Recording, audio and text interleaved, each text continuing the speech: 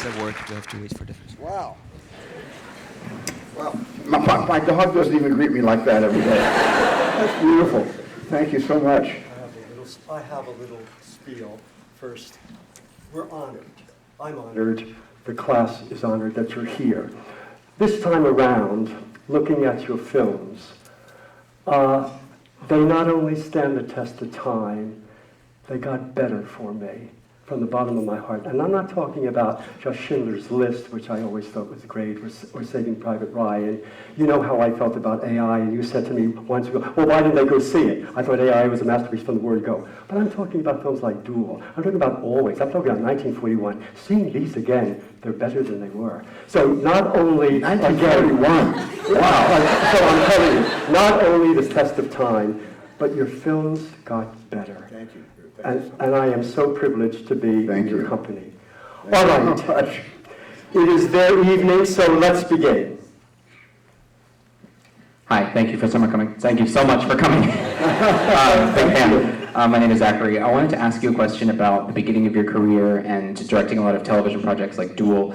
I was curious, if you were starting out as a director today, what types of projects you think you'd be making, if it would be television or if you would just go with the micro-budget type indie features?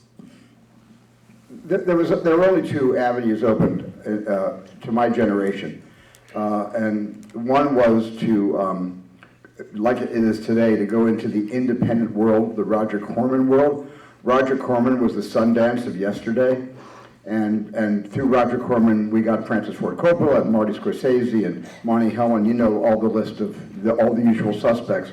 Today, and of course I took the other route. I took the route of television. And television was good for me because it wasn't exactly an art form, but it taught me to be a better producer. It taught me about scheduling, and it taught me about budgeting my time and understanding how long the day is and how many shots I could do a day based on the output and the energy of the crews. And it really gave me a kind of discipline for later in life. But I just wanted to make movies. I mean, I didn't want to do TV because TV in 1968, when I signed my contract with Universal, and 1969 when I did my first show, the Joan Crawford Night Gallery segment, television wasn't really that good. The golden age of television had passed with Playhouse 90 and all that whole era in the 50s. But television today is often better than movies. The films they're making for Netflix and the things that Amazon and Hulu are buying, and the playwrights that are coming to write for television, not for motion pictures. Television is such a better place to start a career and then springboard into movies, probably independent films, unless, you get discovered and you're given the 7th Marvel film, to yourself. But I really think that would be the difference between starting then and all of you beginning now. Lorenzo. Mr. Spielberg, thank you so much for coming. As cheesy as it may sound, you are the very reason why my inner child is still alive today.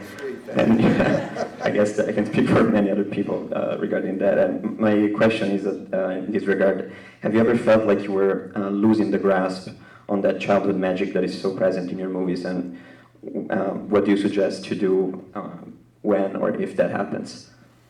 I really have never lost, when you say, the grasp of my childhood memories. I've never lost that. I have to actually work really hard when I'm with my children to suppress that, so my kids will see me as a primary caregiver and an authority figure. My wife kept saying, you've got to stop getting down to their level and playing with them. You've got to be the stand-up dad. And yet my wife and I both like to drop to the ground when our kids were younger to play with them. You never lose the child in you.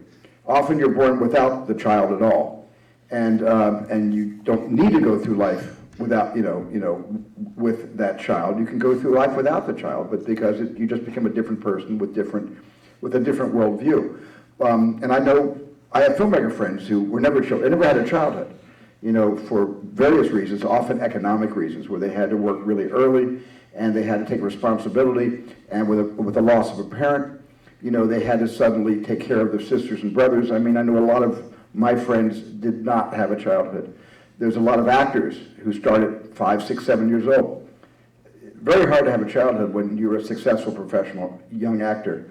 But it's not essential, but it's nice to have it. And I sometimes have to put it aside. You know, when I'm making a movie, that Schindler's List, there was no room for the child. There are movies I made like Armand, there's no room for the child.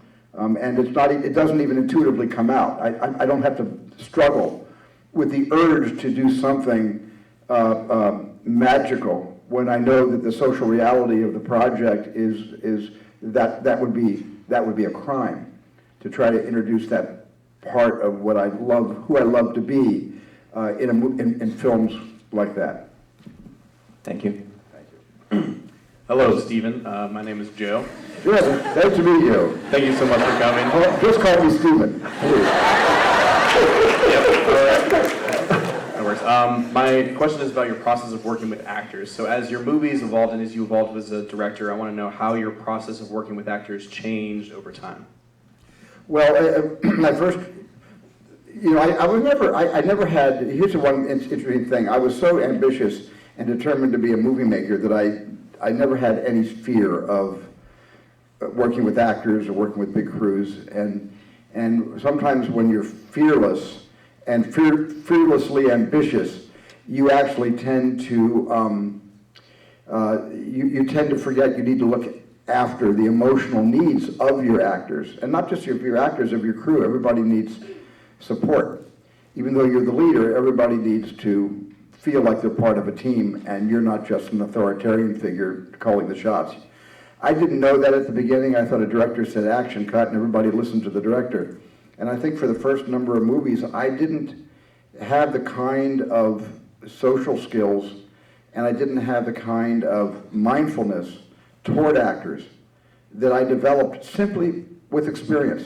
And often having actors come over to me, obviously in need of more than where I want them to stand and, you know, and how I want them to turn into the light, but literally to make a connection so they feel safe under my direction, and they don't feel, and they trust me. And that took me a couple of movies to understand that the synergy and the partnership really is between the director and the actors, the people that are bringing the scripts to life. And the second tier, of course, is your editor, your cameraman, and your crew. Oh, hello, Master. My name is Robert Newman. My question is, when you were first started, what were some personal challenges that you were faced with trying to go into the industry, and how did you overcome them? Well, I couldn't overcome them because you can't overcome when an entire generation hates an entire generation. And I really feel that when I was 22 years old and Sid Sheinberg gave me my contract to be a term TV director at Universal, I was a sophomore at Long Beach State, dropped out to be a director. I would have stayed had this place taken me, but they didn't.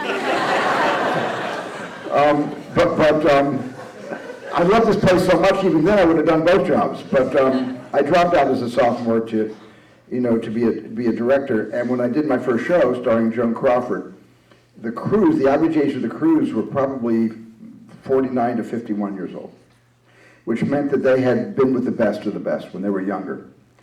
And some of them wore jackets and ties to work, the way they used to in the 30s and 40s. Those old habits, those really nice kind of genteel habits, die hard. But I had long hair and I had acne and I had a Nehru shirt on and a Nehru jacket, which was hip and cool in 1969. Today it would be considered a little bit, I don't know what it would call it. It wouldn't be acceptable here. Maybe parts of Brooklyn would accept that. But I think that the crew didn't like me, and the crew they started slowing down. I really think, I don't think there was a meeting where they said, we're going to get this kid fired, but I looked 14, nobody took me seriously. As a matter of fact, the only people who took me seriously were the actors. Joan Crawford, Tom Bosley, Barry Sullivan took me very seriously. But the crew didn't. I had a very good cameraman who I got along with, Richard Batchelor, was great. But everybody else just seemed to kind of line up against me and slow down. And I started falling behind schedule, not just because I had an ambitious shot list, which I did, And I tried cutting the shot list and cutting shots out when I saw that the crew was hardly moving. But the crew started really dragging their feet. And I was, I think, 2 days behind schedule after 4 days of a 7-day shoot. And Bill Sackheim, the producer, kept coming down to the set saying, you got to pick it up. And I said, I'm going to, I don't know. I never directed before except at Long Beach State with a 16 millimeter Eclair, and sometimes if I was lucky, an Airy. You know, I didn't know about the BNC, which was the predecessor of the Panaflex. The BNC basically looked like an X-ray machine at Cedars. You know, it was this huge thing. And then I'll never forget Barry Sullivan coming over to me, and Barry said, I'd like you to step outside with the second assistant director, and we will come get you, but I want you to step outside. And I didn't know what the heck was going on. And I was outside for maybe 15 minutes during a shooting day, like my 4th day of shooting, and somebody came and got me. And nobody would look at me. They all had their heads down, but they were all moving really fast. When the show wrapped 4 days later, Barry was too modest to tell me this, but Tom Bosley pulled me aside and said, Barry Sullivan stood up and said, this is the most unprofessional experience because of all of you that I've ever seen. You are angling to get this kid fired, and I will not put up with it. And I'm watching how you're doing this, and I'm going to walk off the show if you continue this. And it was one of the greatest, you know, gifts that I'd ever been given, but it also showed that there was an outgoing generation. And then there was all of us brats, and we were coming in. We were coming in that door, and it was a hard transition. You know, Dennis Hopper and Peter Fonda didn't help us because they made a movie that generation despised, and my generation adored and was devoted to. And myself and other filmmaker friends of mine from LA, not New York, because New York was more independent, we all sensed that it was going to be really hard to break into the business then. But fortunately for all of you, it's all different. You are the business now.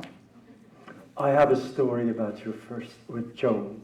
Maybe, I'm sure you heard it so many times, but these people haven't heard it. And we started out with that film. She didn't like you, you know, and she didn't like you directing. So Joan was in her cups, and Joan called Hitch, who was on the lot, and said, Hitch, can you get down here? Because I'm directed by this young director who doesn't know what the, Joan didn't mince words, what the he was doing. And Hitchcock thought, they paused and said, Joan, I think you better be very careful because you might be off the picture, not this young kid, because I hear this young kid is really got the hots. Did you ever hear that? No. No, well, she did that. Joan did that. All right, this side. Hi, wait, can you hear me? Okay. Hi, thank you so much for being here. My name is Sabine. I'm a huge fan of you. You're the reason I went to film school. I'm sure you hear that a lot, but yeah. So my question is, something I admire the most about you as a filmmaker is that you have the same themes present, most of the themes present in all of your films. So my question is, what do you look for in a story in order to like bring it to life on the big screen? Like, what inspires you when you read something? Thank you, Sabine. Thank you. It really is different because what I looked for in a story, let's say 30 years ago, is not what I look for first in a story today, because we all grow up and change our views. We learn more about ourselves, learn more about the world. We have different personal experiences. You know, I read a lot of scripts when I was younger that I wouldn't get near because I didn't understand the philosophy, I didn't understand the relationships. I just wasn't, it wasn't my time to tell a story like that. So as we get older, we're open to different things. So there's not just one ingredient or one kind of magical recipe that I consistently over the span of almost 50 years of filmmaking that I can guarantee I can respond to. It's different each time. I mean, I had no idea at the end of February when somebody gave me a script called The Post that I would so quickly dive into the abyss of that story because it meant so much to me instantly. I mean, the second I read it, I said, I can't wait a year to make this. This is relevant to today, to now. This has to come out now. And everybody felt that way. It was an instant response. There are other times I'll read a script, and it'll take me a long time to decide whether I'm right for it or not, or whether it's going to keep me focused and interested for 2 years. And sometimes, like Schindler's List took me 11 years to make. The book was purchased for me by Sid Sheinberg, the head of Universal, in 1982. I didn't make the film until 1993. And I had to grow up and into being prepared to tell that very, very, very profound, story of the Shoah. So I wish there was one thing. If there was one thing, I'd probably would make the same movie over and over again. You wouldn't want that. Hi, thank you for coming. My name is Courtney. I have a question from my dad. He wanted to be here, but I'm from Detroit, so obviously that couldn't happen. So You're going to read the question? yes. His question is, so your films seem like dreams for him. He feels like he has seen like your films in a dream before they were even made. So he wants to know, have you, like when you come up with your ideas, do you sometimes like dream about them? Like do they come as dreams, or like do they come like in a like abstract way?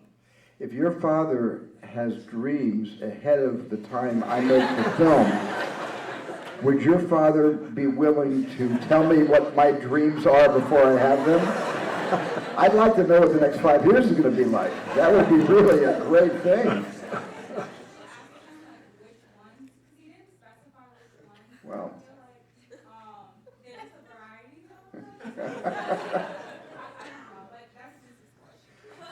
I've never had a dream that I made into a movie. I never dreamed something and then thought that was a good story.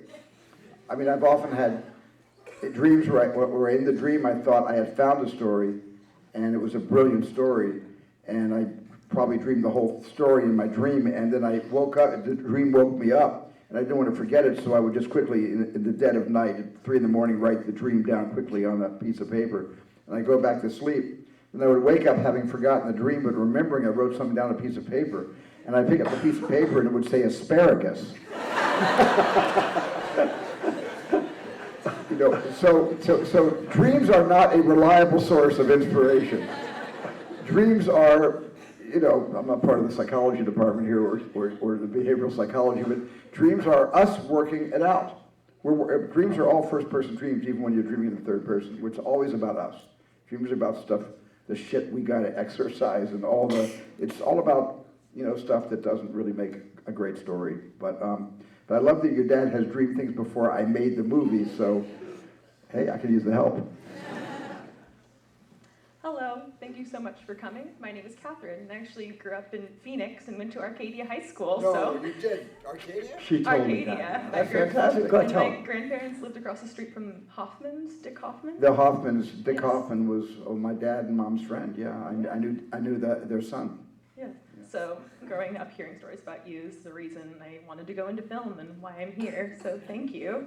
And I was wondering if any of those experiences growing up in Phoenix made it into your films. Namely, is the circle building in the middle of Arcadia really the inspiration for E.T.'s ship? A lot of people ask me that, and maybe subconsciously it was because the library, I think it's the library they built when I was a student, that big circle building, it looks like a mothership landing. That might have been part of it, I don't know. But I do know that Phoenix was a huge inspiration. I got my start making movies in Phoenix. Little 8mm films when I was 12 years old. The desert is a great backdrop for any drama or any comedy.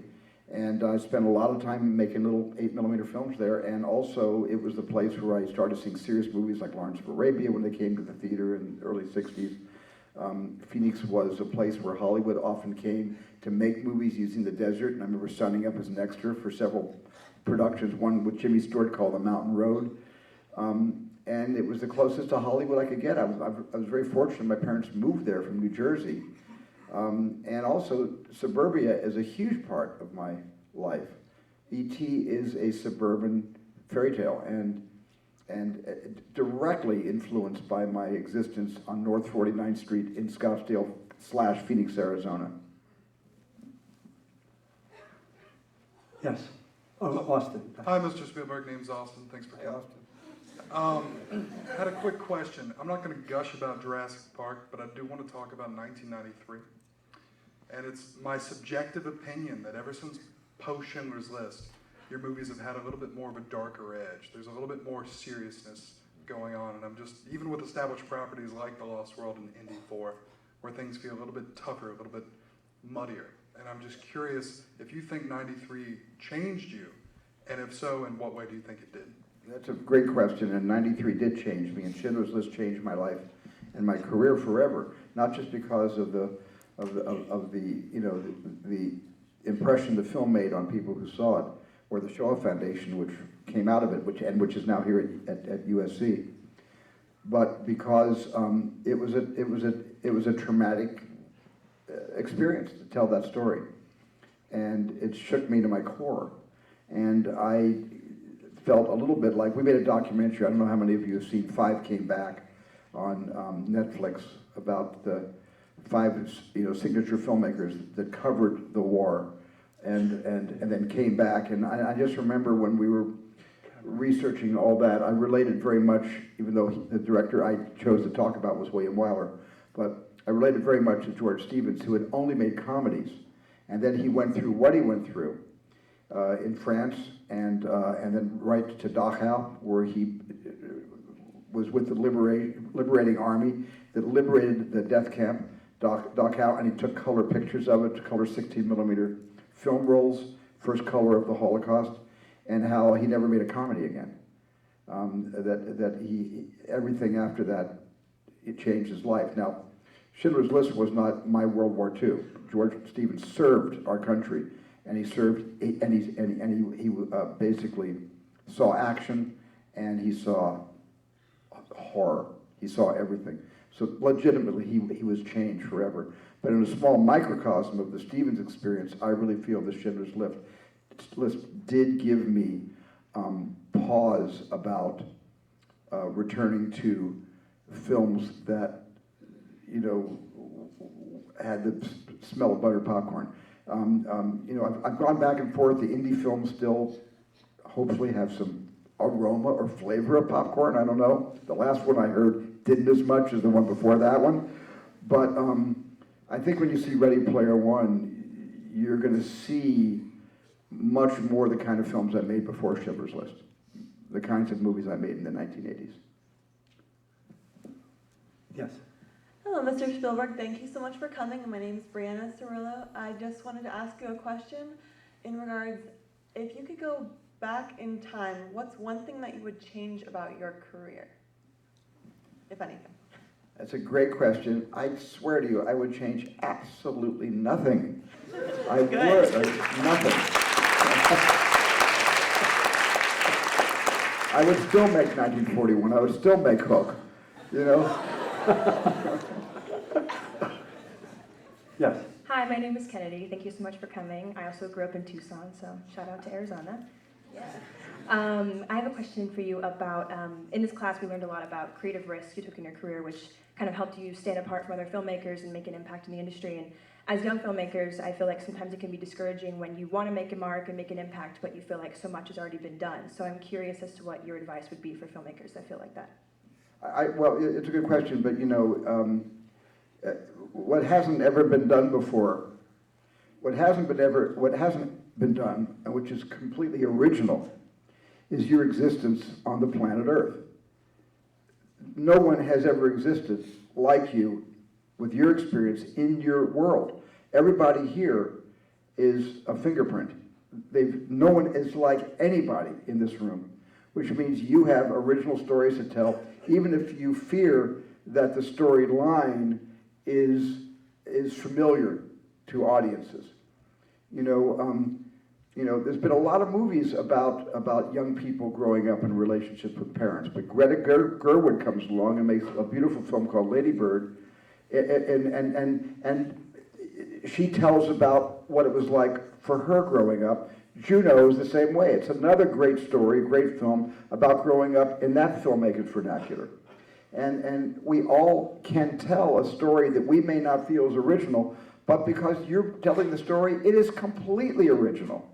And it's because of who you are.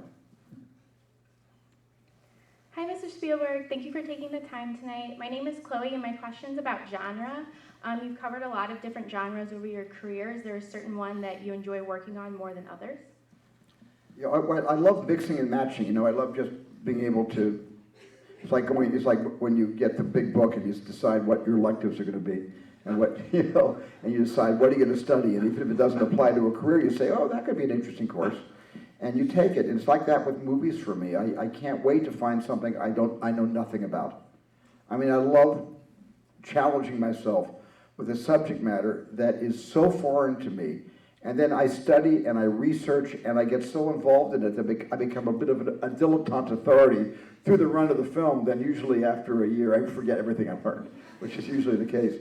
But you know, just sort of, I don't like I said before earlier, I don't like telling the same story or basking in the kind of safety net of the same genre, because I work better if I'm scared. And it's worse if I'm confident. I've always felt that confidence is my enemy and fear is my best friend. Speaking of genres, you did everything so far, pretty much except a musical. But I showed them 2 clips from 1941, where the handling of the musical numbers is on the level of Stanley Donen. I thought, and I said, this man would make a fantastic musical. I don't know why he doesn't. And I understand that you are thinking about a West Side Story to do that. Yes or no? Yes. Is this I think it would, I love musicals. I think it would be fantastic. I think it would be fantastic. So I'm developing West Side Story right now. Tony Kushner adapted Arthur Lawrence book of the play, and we've gone back to the 1957. We've gone back to the original Broadway show. I got permission from all the estates and Stephen Steinheim himself. He's the only survivor of the. We have Jerome Robbins, whose idea at West Side Story was Arthur Lawrence, who wrote the book, and of course Leonard Bernstein's amazingly operatic symphonic score. And I'm going to make the movie, but I'm not going to remake the Robert Wise film. I adore Robert Wise and I adore the movie he made. But the original intention of the original authors was to do Romeo and Juliet in the slums of the west side of New York. And I'm going to try to do it darker, and I'm going to try to do it with a much younger cast. I kind of like what Baz did with Romeo and Juliet. I really want, if I can find a 16-year-old coloratura soprano for Maria, my God, especially if she's Puerto Rican, which would be even better. I can't wait. So that's what I'm working on right now. Great work. Yeah. Good evening, Mr. Spielberg. Thank you so much for coming out. You're a huge inspiration on my work. My name's Cameron, and I also have a question more so on acting and also special effects. You've done like so much practical effects early in your work with like Jurassic Park and E.T., some of the most beautiful looking practical effects. How was that transitioning to the more digital age? Because you've done some stuff like BFG and digital effects that's working with stuff that's not really there. How has your directing style changed working with actors and effects over the years? Well, I think it's a lot easier to do something digitally because your imagination can go in the digital cinema to places, to take me to places where my imagination would often be stymied by the practical,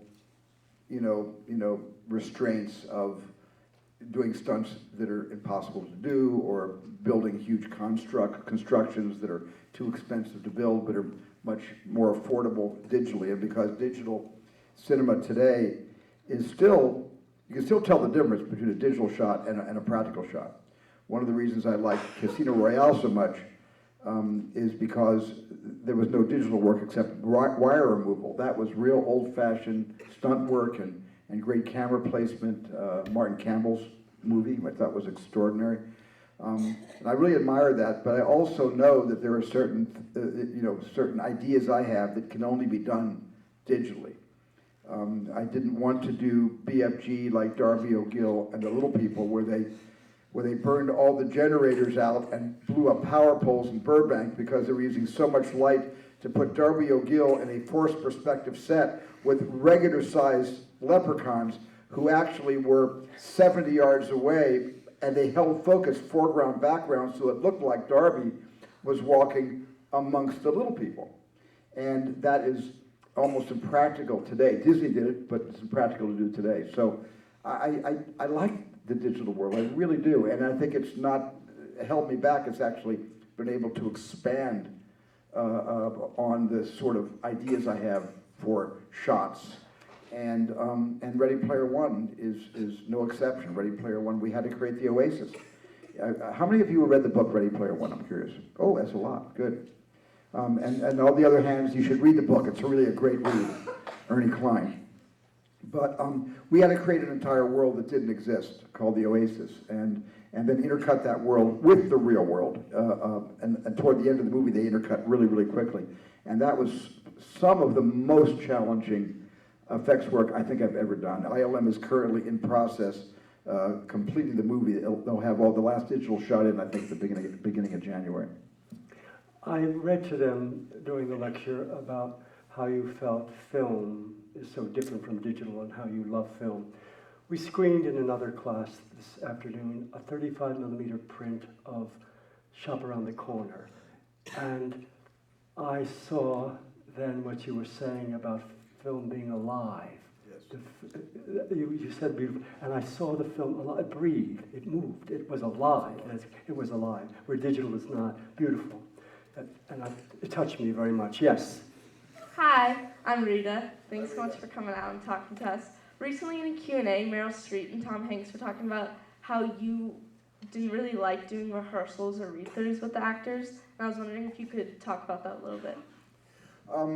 I found when I was first starting out that because everybody recommended that I do rehearsals with the actors, I did rehearsals with the actors, and the rehearsals, some of them, some glorious things happened when the actors for the first time sat off book, off script, and played the scene. And I know I had an ache in my heart thinking, oh my God, what a moment, what an incredible, and maybe they even went up when they didn't know they were going up, but happy accidents were occurring left and right, and I thought, oh, if I only had a camera in the rehearsal hall, it'd be so great. And then when I got to the set, I could never get the actors to get at that first take, magical, never to be repeated moment. I never got that again. The takes were good, but I kept remembering how brilliant it was in the rehearsal hall, and I stopped rehearsing. I rehearse on film. I mean, first takes are always recorded on film, constantly. Hi, Mr. Spielberg. Hi, Mr. Spielberg. I'm Brandon. I wanted to ask you about my favorite of your films, and I think the most underappreciated, which is AI. It's recently seen somewhat of a critical reevaluation, with some critics realizing they misjudged it originally. The ending in particular is left people thinking that they're seeing aliens and that David gets everything he wants, and it's cathartic, but it's also way more immensely haunting because it's not real. It's one of my favorite sequences that you've created, and I think like the best stuff. I'm curious what you've learned from the experience and from the reception, and what your reflections are now, 16 years later, on the film and its place in your body of work. I love making it. It's AI. For one thing, it was the culmination of a 19-year relationship and friendship with Stanley Kubrick, which I'm so lucky to have had. Stanley invited me onto the project when he decided he didn't want to direct it, and we worked together for a couple of years on it, just based on an outline he wrote with Brian Aldiss, called Super Toys Last All Summer Long. And then after Stanley passed, I didn't talk Stanley into directing it. I got to a point where I said, no, this is your movie, Stanley. You know, this is your DNA. You have to do it. But when he passed, Christiana and Jan Harlan brought the project back to me, and I wrote the script based on Stanley's treatment. There was never a script, just a treatment, about a 72-page treatment. And I wrote a 140-page script adapting Stanley, and had an amazing time making the movie. That movie was so important to me. I turned down Harry Potter to do AI. I also didn't want to go back and work with 27 kids again. I kept thinking, oh, it's going to be Hook all over again. Oh my God. Oh, I don't want to go back there again. They'll be able to do a Heart of Darkness story about me doing Harry Potter. So,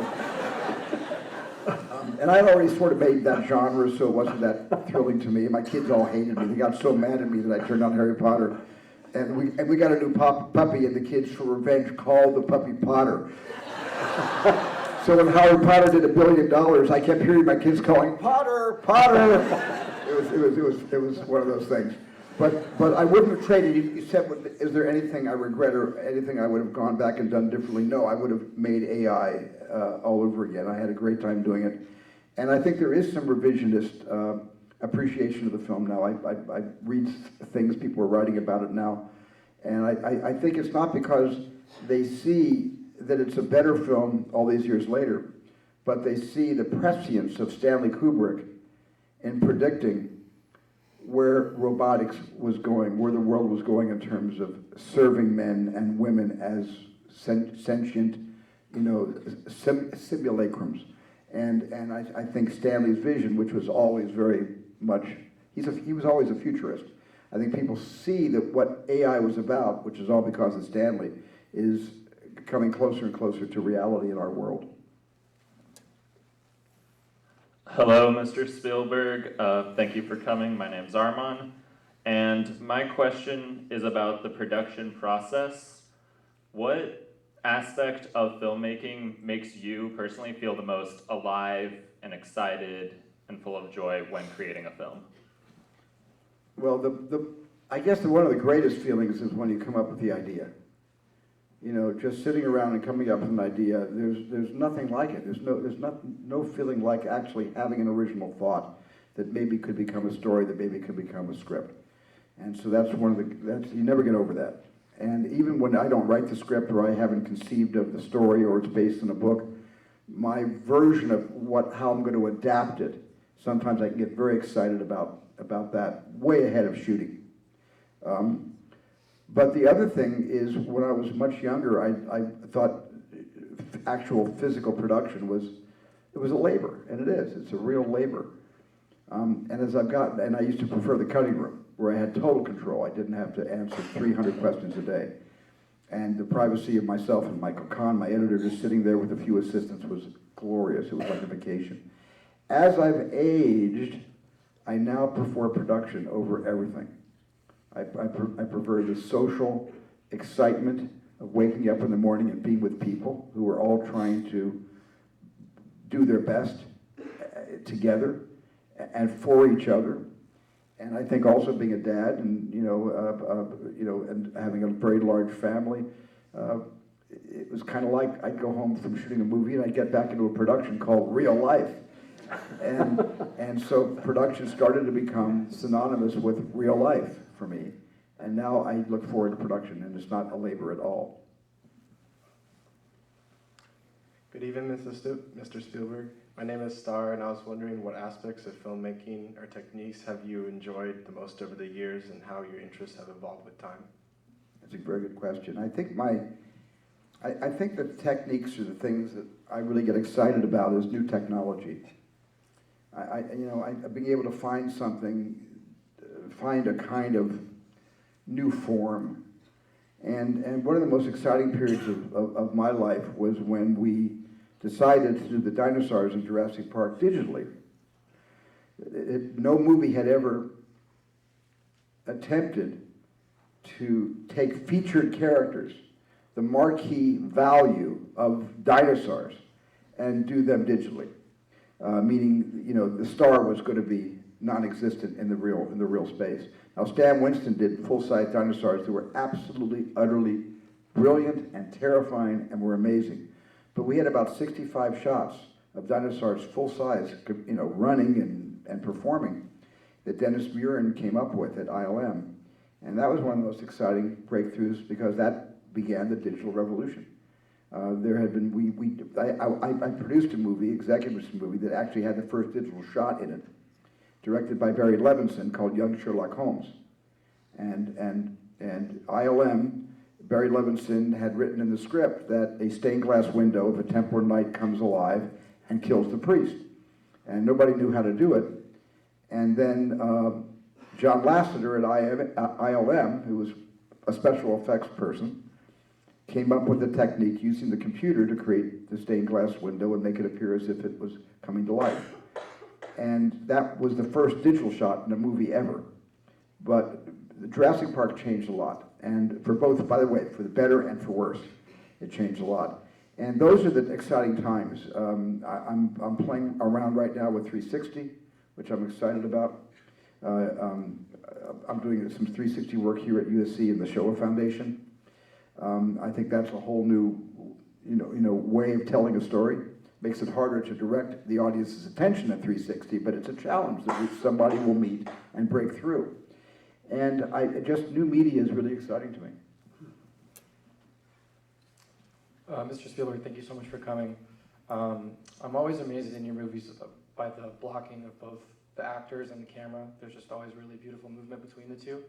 And I was wondering if you have a particular process that you like to employ when you're designing the blocking for a scene.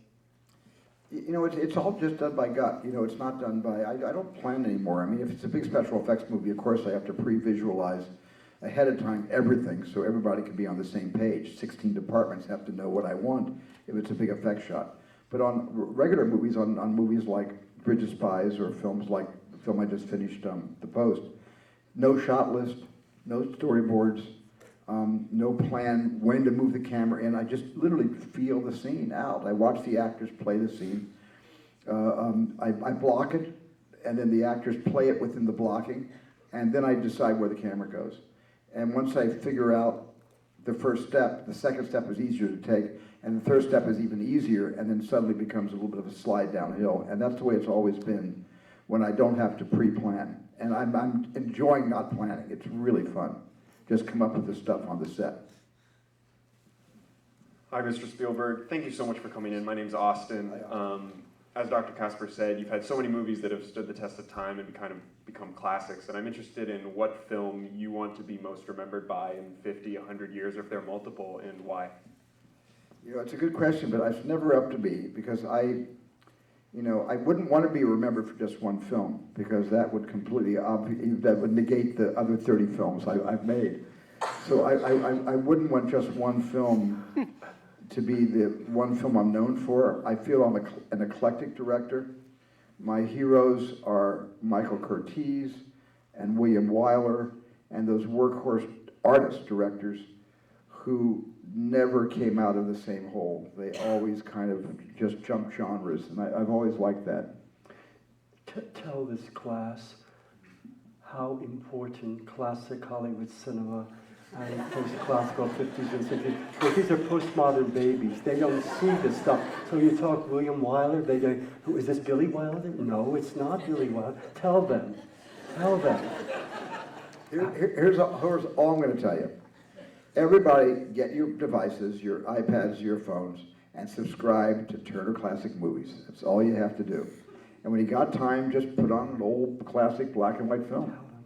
And they'll listen to you. They won't listen to you. You're going to see better movies then than you will see today, unfortunately. But you are going Oh, you hear that?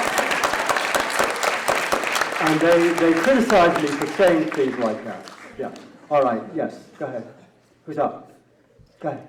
Hi, my name's Krupa. Thanks for coming. My question is, have any of your movies ever incorporated an idea or a thought that you had as a child watching another movie? And also a follow-up question, what were the most impactful movies that you watched as a child that really set your trajectory? Oh, I need the first question again. I didn't understand.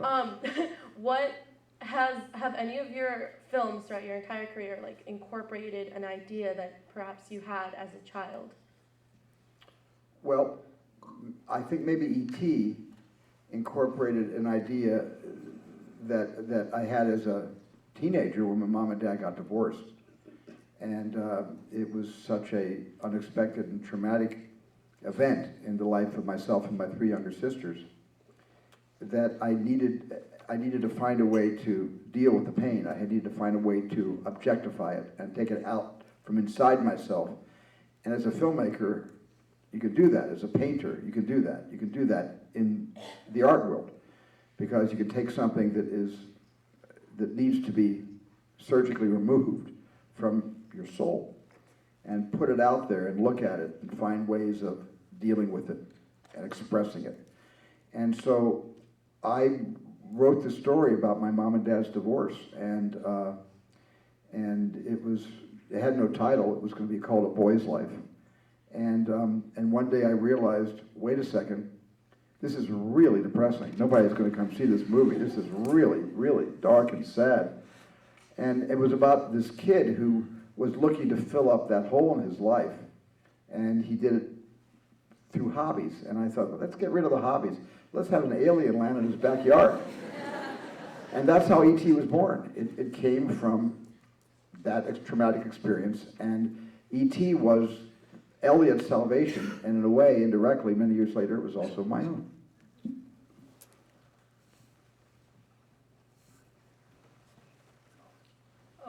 Hello. I'm nervous. It's very inspirational to see actually that like you, or the person who made all these movies, a real person who walks and who sits, has body movement and stuff. In a document, I wanted to ask about blocking originally, but someone asked that, so I came up with a new question. You said in a documentary about Stanley Kubrick that when you see a Kubrick movie, you see a Scorsese movie, without even knowing anything about the movie, you just know it's them, just the look of the movie. And you said about yourself that it's not the case with you. And I wanted to like get into the screen and maybe say to you that you do. When you look at a Spielberg movie, you know, looking at a Spielberg movie, my mother who doesn't speak English can recognize that it's your movie, you know. I wanted to like their signatures, like the lighting, John Williams' music. I wanted to ask, saw a sequence from E.T. without Mr. Williams' music. And the scene wasn't alive anymore, and I thought the music really like made that scene alive, and that's the case with a lot of movies. So if he didn't compose the music for that film, would you cut the scene differently, or do you, now that you know he composes for the film, do you like think of like, does it affect your imagination that you work with him so much that he would, you know, do this to this scene, so I'll make it a certain way or something? Yeah, that's what I wanted to ask. What film didn't seem like, what film without John Williams are you referring to? E.T. E.T.? Yeah. He did E.T.? Yeah. Oh, okay. Oh, I'm saying if a scene, I saw a scene without his music. Oh, I'm sorry, you saw a scene without the music. Yeah. And you saw that it needed music, and it wasn't the same without the music. Yeah. Well, that's why John Williams has been in my life for like 27 films. Because my movies wouldn't be my movies without John Williams rewriting my movies musically. Yeah. So, do you know kind of like, does that now impact your imagination when you imagine a script that he will Yes. I imagine the music. And if he didn't give the music, would you cut the scene differently to make it alive through editing maybe, or maybe certain other things? No, scenes can be really alive without music, as you know. You know, there's a lot. Sometimes there's power in silence. You know, had John scored the storming of Omaha Beach in Saving Private Ryan, you know, that would have been, you know, not as effective as it was just with sound effects. So I kind of feel that, and John will be the first to tell you where music is not needed. When John looked at the post, he said, you don't need much music in this. The music is in the writing and in the performances of your actors. He said, I don't want to be the headliner of this particular project. I want to be more of a source for you. And John has tremendous sensitivity about where music, it could be effective in lifting your emotions and clarifying the story musically. Music can really clarify a story, or propelling a scene to go twice as fast with music as it would go without music. And John's the first person to say, I'm not going to get near that scene. That scene is more effective in its own silences. And John has I've never met anybody as intuitive as John Williams. It is a blessing. He's a blessing on my films, on my life. I love that he loves composing and continues to work, and you know, just continues to. I don't like to share him with anybody. I had to share it with JJ and Ryan Johnson, but that's okay. That's okay. It was for Star Wars, so that's okay. In some of your films, you use music that already existed, hits like Tony Bennett singing "Fly Me to the Moon" in "Catch Me If You Can," and then "What a Wonderful Day It Would Be," "War of the Worlds." You know, who selects that? You or John? My editor is great. Michael Kahn selects a lot of my source music, And Michael's great at that, you know. Tony Bennett's song during the evacuation when the people were trying to get on the ferry in War of the Worlds. And he thought that would be great counterpoint, and he selected that particular song. And he found in Catch Me If You Can, Come Fly With Me. And he played it for me, and I said, okay, good, I'll just shoot the sequence as if it's a musical, and I'll back every shot into all the downbeats of Come Fly With Me by Frank Sinatra. So Michael Kahn also is a person I could not make movies without as well. Yes. Hi, Mr. Spielberg. Thank you so much for coming. I was a huge fan of the book Ready Player One, and I know there's a lot of references to old 80s iconic characters. And I was wondering, was it very difficult to get any of those characters, and were you able to get all of the ones you wanted? We got, I would say we got 80% of the characters that we wanted that weren't owned by Warner Brothers. There's a lot of iconic Warner Brother characters in the movie too, but there's characters from every studio. The only roadblock we had was Star Wars, actually. We couldn't get Disney to release any of the characters from Star Wars, and we were able to use, I think, a couple of X-Wings, but only in long shots where they're very small and not featured. So Disney wanted their proprietary, you know, interest in holding back the characters. I understand from a business point of view why they wanted to do that, and so they wouldn't share, but everybody else pretty much shared with us. Hi, Mr. Spielberg. Thank you for coming. The HBO documentary touched on this a little bit, but I was wondering if you'd dive into sort of the actor business of working with young kids in emotionally intense scenes, and sort of like the ethical component of, you know, taking kids who don't necessarily know what's going on, or how to process what they're around, or that they're on a film set, like how you deal with that. Well, I love working with kids. And my first experience working with kids was in Sugarland Express, where I worked with Richard Zanuck's own child, Harrison Zanuck, who played the MacGuffin of the movie. This was what Goldie Hawn broke her husband out of pre-release in order to get the baby back, and that was Richard Zanuck, the famous Dick Zanuck's son, Harrison. And that was the first experience I had working with a little kid, and he was just an infant, so that doesn't count. But when I made Close Encounters, I worked with a 3-year-old boy named Kerry Guffey, and he was a very, very special child. He really was. He was absolutely aware of the environment he was in. He understood that we were going to take his picture. He understood that he had to have fun, and I wanted him to play. Everything was about fun and play with him. And I just knew that the way to get the performance out of him was not ever speaking a word to him to tell him what I wanted him to do, but I would open presents off camera while the camera was in a big tight close-up. And I would say, I've got a present for you. And I'd actually buy him a gift, and I'd slowly open the present, and he'd start to smile and get bigger and bigger. And I'm sitting here saying, this is golden. Whoa, look at it. Wow, this is real. This is real. And of course, the present came out, and in the movie, that shot that I'm describing, it's in the film, I brought out this little toy car with a police car with a light on top, and he said, toys, toys. And that's in the film. That's actually in the picture. And as the kids get a little bit older, when I worked with Drew Barrymore on E.T., also smart beyond her 6 years. Way smart beyond her 6 years. Just like knew exactly where she was. She had a walk-on in a movie called Altered State, so she knew what a set was like. She did a commercial. She knew what it means when people are fussing with your hair and putting makeup on your face and having it stand on a piece of tape marked with an X. She was pretty cool about what she was doing, but she also had a sense of fun. She just wanted to really enjoy herself, and so I shot the movie for all my kids in ET in continuity. When I'm really shooting with kids on a kid-centric film, I shoot the film in continuity so the kids understand that yesterday already happened, and today is now, and tomorrow is what will happen next. And E.T. started at the very beginning, and it ended at the very end. So all the kids' tears at the end when they're saying goodbye to E.T. was done at the end of the schedule. Just about the very end of the schedule, the kids were actually saying goodbye to that E.T. that they would never see again, because I wasn't planning ever to make a sequel. They didn't know that, but... Hello, hope you're having a good evening. Hello, I am. I'm having fun.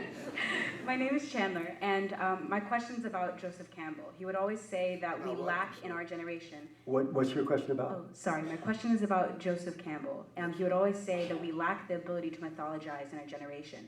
And luckily enough, we all know that we have mythologized your work to the most extent. You, quite frankly, are our culture and society, especially in film.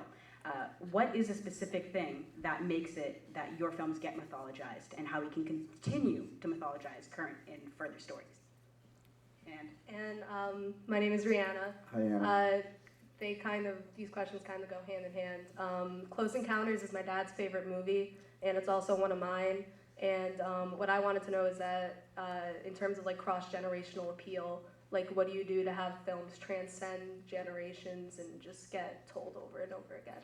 But I want to understand your mythologizing question. Can you just one more time hit me with that again, please? No worries. Thank you. So basically, the mythologizing aspect is that we look at it in a specific way that we hand it down to other people. Yes. And we've handed down your films to through generations. What is it about your films that allows us to hand them down? God, I don't know. I don't. You know, you make a movie and you hope it stands the test of its opening release date. You don't ever expect it to be remembered in a year or in 10 years. So, you know, films that have lasted longer than other films I made, it always amazes me. And I love it. I love it, but I don't plan it. There's no way to plan anything like that. It's, you know, I really think that when you talked about Close Encounters, I never anticipated would be multi-generational, because I was of the mind that, oh, if the cars aren't the same, people will think it's a period piece and they're not going to get it because the cars will look old. And old cars date a movie, or the wardrobe dates the film. And I was quite surprised when Close Encounters was re-released this year, A, about the business it did, and all the generations that were in their 12 and 13 years old, now bringing their 13 and 12-year-old kids to see Close Encounters, to share the experience with them.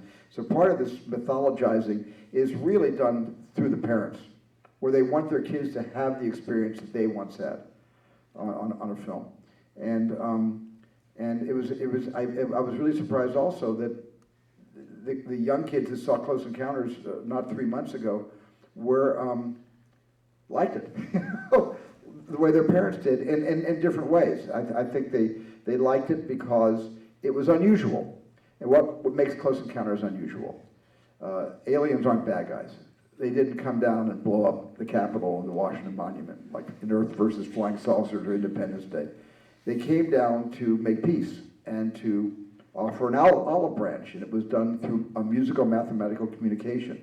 And so it was kind of operatic, and it was kind of sweet and pretty, and it was a story of peace and peaceful coexistence. And I think in a way it landed really well, maybe even better, that today we do not live in an environment of peaceful coexistence. We live divided, as divided as we ever were ideologically.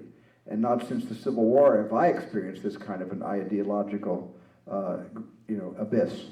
And not just generationally, but between peers who have different belief systems. And so I think in that sense, maybe that movie stood the test of time because it offered hope, and it still does. Hello, Mr. Spielberg. My name is Victoria. Thank you for coming. And I'm going to try not to ramble, but I wanted to thank you for your films. I've grown up on them, and you're the reason I believe that fairy tales actually exist in real life. So my question has to do with, we just finished watching Ford. They were the Expendables and The Searchers. And in comparison to films you've made like Empire of the Sun, Saving Private Ryan, Schindler's List, you bring the villains to a new level, I feel like. They're multidimensional, they have humanity, they have hearts, and I was wondering why it's important that audiences see that villains too are human. That villains are human? Mm-hmm. Well, it depends on, once again, the genre, because villains are human in a certain genre, and then in another genre, they can't be human because you need to boo them and you need to vilify them, and that's what grand, old opera is all about in the world of superhero, in the superhero genre. So that's where your villains are stereotypes and your heroes are stereotypes, and it's fun. I enjoy those films. There's more subtle ways of doing villains, too, as well. You know, villains that either become, I guess, collaborators or see the light and have the ability to change. Not just villains that are easy to vanquish and you get your vengeance out on that. I like complicated villains in films very, very much. But when you mentioned The Searchers, which is interesting because the villain in The Searchers is the racism in Ethan Edwards. And that's the villain. The villain is the hero in that movie. The person that we're rooting to get the girl back is the villain of the piece. He's worse than Scar. He's worse than Nayaki Comanche. He has some rot inside of him that he's going to have to work out, and he does, and it's very cathartic. And every time I see The Searchers, when he lifts up NOLLYWOOD at the end, I cry. It never fails to move me because there's hope, you know. So that's interesting. They Were Expendables, one of my favorite John Ford films, and there's no villains in that film at all, which I found. There's no villains in Close Encounters, so I'm very proud of that, and there's no villains in They Were Expendable. Not even the enemy's the villain. The real villain is trying to get the PT boats to work without breaking down all the time. You know, it's about the boredom and tedium of war and the sheer terror in moments of conflict, and then just the tedium, and then also feeling like you're cut off from civilization. And the Japanese, in that sense, were about to take over Corregidor, and they were taking General MacArthur out on one of the PT boats. And they were probably all going to be put into Japanese internment camps. But I was curious because you mentioned those two films, but I didn't make the connection to villains. So I'm making up an answer that I didn't hear the question. So forgive me if I'm not answering the question correctly. Do you want to? Do you want? Well, I was just basically thinking about how, like, yeah, we're in the Expendables, or they're in the Expendables. You don't see the Japanese, and really the connection is more about World War II and how, like, you gave, like, the Germans in Schindler's List in particular, and the Japanese and Empire of the Sun a heart. And I feel like critics have bashed you about that, but I personally admire that you did that because, I mean, it shows that in war, like, both soldiers are fighting for the same cause, you know, passion, nationalism, whatnot. Well, look, I get hit left and right by something called moral equivalency. I've been hit a lot on that. I want to place that film. We talked about your use of history, particularly World War II, as opposed to Ford's use of history, how he uses history and he idealizes it.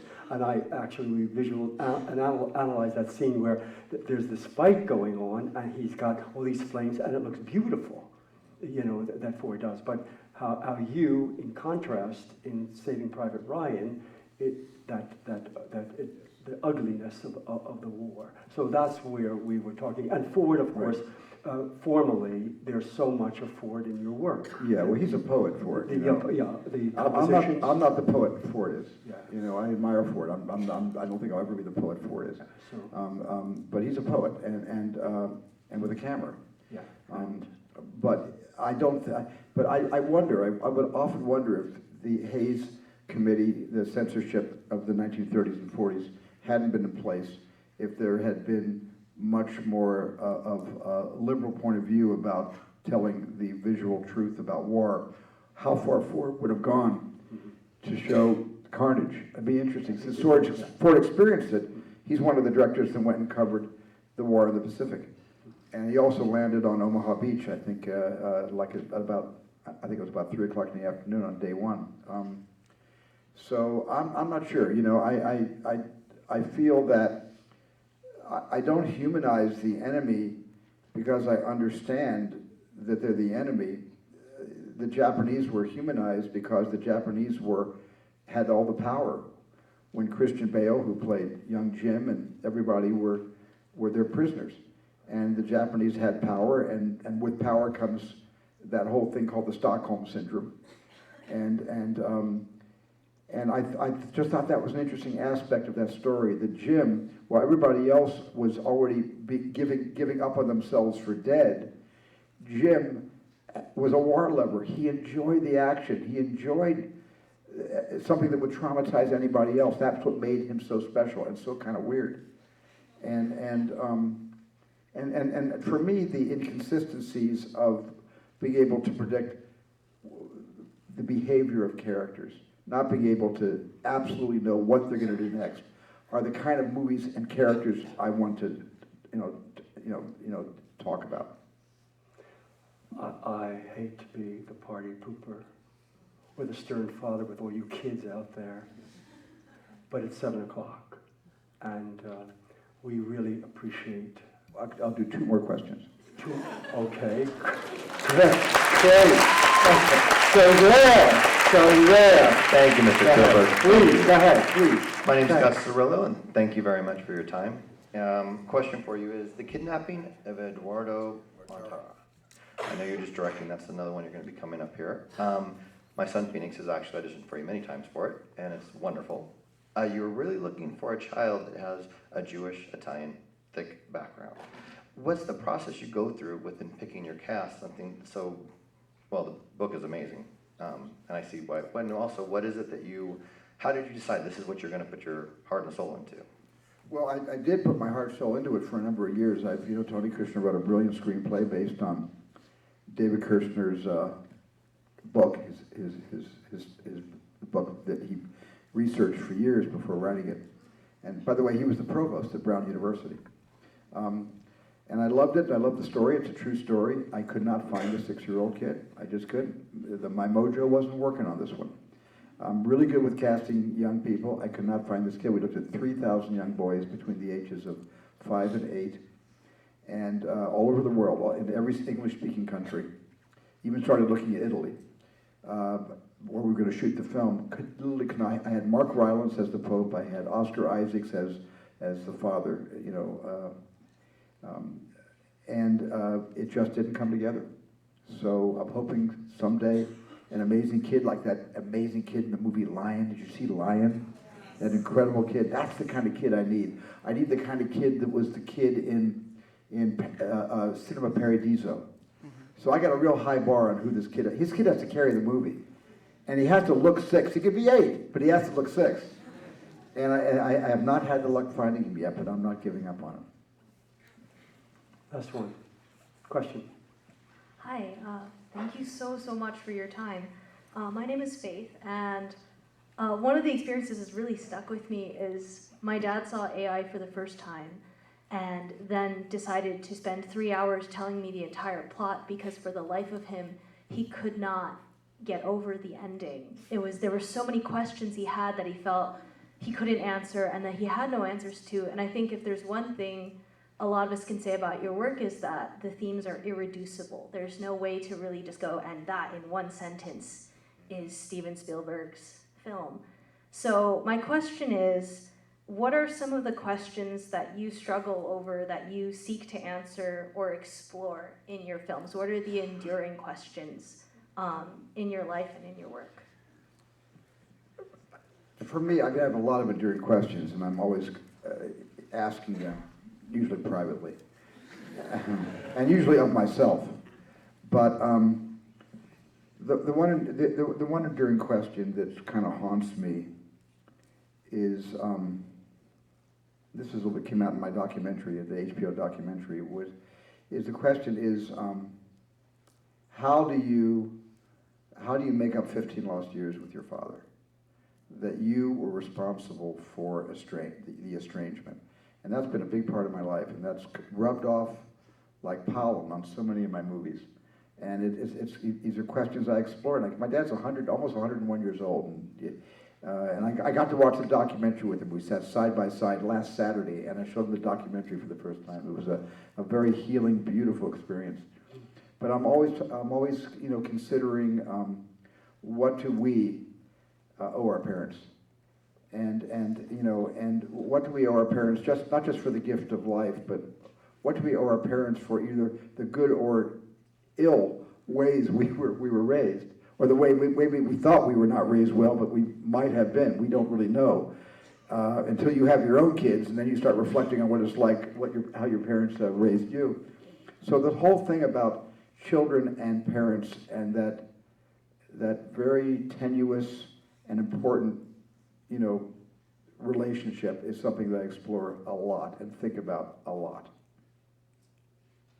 Another question.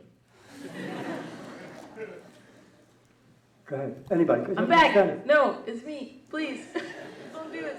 Okay, it's me. I'm dying. Okay. I'm Jay. This is great. My question to you is, what do you think is your best quality or biggest strength as a director? Oh, that's a hard one. I don't know. I'm not sure. I'm not sure what my greatest strength is. I know the one thing that has served me well more than anything else as a director is I have infinite patience, and I think maybe that, to answer your question, is one of my stronger suits, is that I'm really patient. And we always say, when you always hear the word, wait for it, wait for it, wait for it. And I'm that way. I just feel that you can't rush the quality of a performance or the time it takes for a cameraman to light a set. You got to wait for the weather sometimes, and you have to be patient. You can't compromise and say, oh hell, I'll just shoot in the rain. I don't care if the rain stops and the next 9 shots don't match. Patience is everything to me. And I think I learned that really, really early. And that's the best I can come up with. Okay, go ahead. Go ahead, please. Go ahead, ask, just ask. Yeah, well, then two more. Maddie, go ahead. Okay, so we learned that you started in post in the beginning of your career. I just wanted to know how working in post influenced you as a director today. Post is one of the most important influences on my entire career, because I got to go hang out when I was just a kid in the editing rooms at Universal, watching the editors cutting Wagon Train and all those TV series all the time. And they were really nice to me. I was sneaking out of it a lot, which is true, and the editors were the ones that took me in and let me hang out. Richard Belding ran editorial. He let me have free reign. He introduced me to all the editors there. One guy named Tony Martinelli, who cut Wagon Train, he was the one that let me, he really gave me, it was like going to USC. I mean, he actually gave me the handbook that all editors should have. Why do you cut to a close-up, and when? Why am I going wide at this particular time? When do you need an insert? And the power of the editors in those days, they would tell the directors what to shoot. They would say, you need the gun. You get a close-up of the guy with the gun coming out of the holster. We need that. I mean, the editors would send these notes to the set, and the directors would go off and shoot it or let somebody else shoot it. It was really an interesting time, a real kind of co-op, and a little bit like film school. And so I think starting my career observing editors was one of the best things that ever happened to me, because editing is everything. Yeah, my question is, when you were starting off in your early career, if there's any moments where you felt like you weren't going to make it, or maybe you weren't meant to be a film director, I guess those contemplative moments of failure. Or I guess what got you through that, or if you had any advice for someone that was starting their career on how to get through those moments. What's your name? Brady. Okay, Brady just asked me were there any moments at the beginning of my career or any time when I really felt failure and I was never going to work at this town again, that kind of thing. And there was. It's when the shark sunk for the 4th time on Jaws. And I was getting 1 or 2 shots a day. And the studio kept threatening to fire me. I thought, this is how it's going to end in Martha's Vineyard, a place that people have to get rich to even summer on. This is where I'm going to be a poor pauper of a director. I'm going to I'm going to end my life and career here at Martha's Vineyard. I mean, I really believe that. I believe that right until the first sneak preview at the Medallion Theater in Dallas, Texas, where the audience went berserk. And that was the only time that I got somebody, threw me a life preserver. That was it, was the preview. I thought it was a failure until the preview. And it's a healthy feeling. And I'll tell you, it's a horrible feeling to have. It's a healthy feeling. Because I always knew I would still direct. If I failed as a Hollywood mainstream director, because Jaws was going to take me with it to the bottom of, Nantucket Sound, it's okay, because one of my closest friends was Marty Scorsese, and he'd bail me out, and I'd go independent like Marty, and I'd make independent films in New York City. So I always had hope if I didn't make mainstream, I'd go make little indie films. That'd be fine. Go ahead. This might be a little surprising to you, but Amblin is actually the short film that really got me into filmmaking and really spoke to me. And I never really got a chance to hear your words on Amblin. I'm curious how the idea came about and kind of your emotions towards it and really how you feel about it. Yeah. The question is, how do I feel about what were my emotions and how did Amblin, my short film, which you like, came about? And it was just remember I said earlier, one of the most exciting things about being in this business is when an idea hits you on the head. That moment of epiphany. Or it's not epiphany, at least a light bulb going off over your head.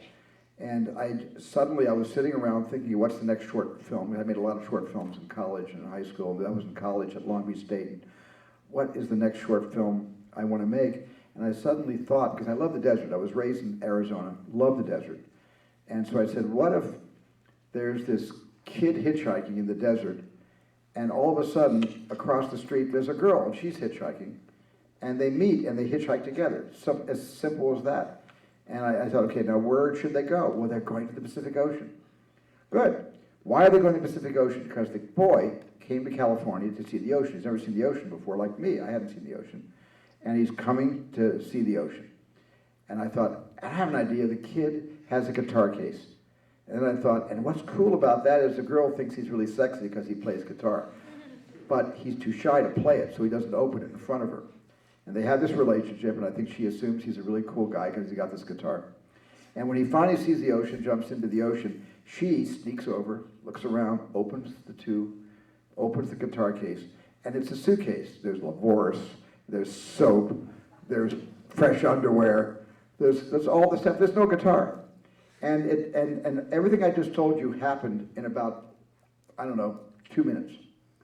And then I sat down and I wrote the script that day. I just wrote, a 30-page script with dialogue, very little dialogue. I wrote the first draft had tons of dialogue, and then I cut it all out because I couldn't afford sound. And so I did it without dialogue. But that's how it all came about. Yeah. Hi, my name is Julia. Thank you so much for being here tonight. It was so moving for you to hear about your father and the way you put family in your movies. I'm very moved right now because mine passed away in August. What now? What are you gonna do? You did everything, every movie possible, every genre. What's next in Steven Spielberg's life? What's next in my life? What movie's next? Well, I'm developing West Side Story. Don't know when that's going to start.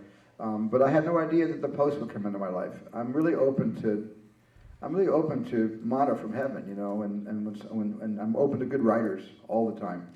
And it's more important what the writer comes up with. If I was primarily a writer, that would be a tough question for me to answer because I would be responsible for answering the question. But I'm not principally a writer. I've written when nobody else will write it, or I can't find anybody else to write it. Then I can write, so I'll write it. But I'm a filmmaker, I'm a director, and I depend on writers, and I depend on what inspired them to then turn around if I have access to it to inspire me. And it's basically potluck. I don't know what's going to come next. Hi. Hi, Mr. Spielberg. Thank you so much for coming. My name is Lana. And I think a lot of us have grown up with the characters from your films, and I personally feel like I'm still growing up with them every time I rewatch them. So I'm wondering, are there specific characters that you feel the most emotionally connected with and you feel like they follow you through your life? I think so. I get very emotionally. I always, in every movie, I pick somebody who's me. I just have to do that. I don't often tell the actors that I picked them to be me, but I do. And because I've got to have a point of view, and I can't third person a movie. I have to first person a film, and I do that basically by picking somebody. It doesn't have to be. It can be a supporting cast. It doesn't have to be the lead actor, but it's somebody who is having the experience. It's better if it's not the lead, because then I get to have a third person experience through their first person point of view. And so almost every film I have found. And I've often, I guess, persuaded the character to take on things that I can relate to about myself, and it's fun. And I don't tell anybody who I am in the movie ever. One time I told Richard Dreyfuss I was him in Close Encounters. One time, I think. Okay. Yeah, great. Okay, there's some thanks. We complimented before you arrived 4 people who put the exhibit together. Yeah. Have you seen the exhibit? No, where's the exhibit? Well, you must see it on the way out.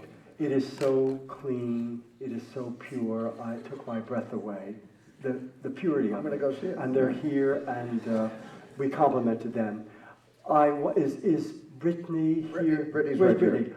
Brittany, where are you? Brittany, where are you? There she is, right there. Brittany, I wanted to meet you for so long. You don't know how much I bugged this woman. Thank you so much for all that you've done. Thank you. Your dean, Elizabeth Daly. Oh, stop. Stand up. Stand up. We put it together. And you, Steven Spielberg, the master. Please.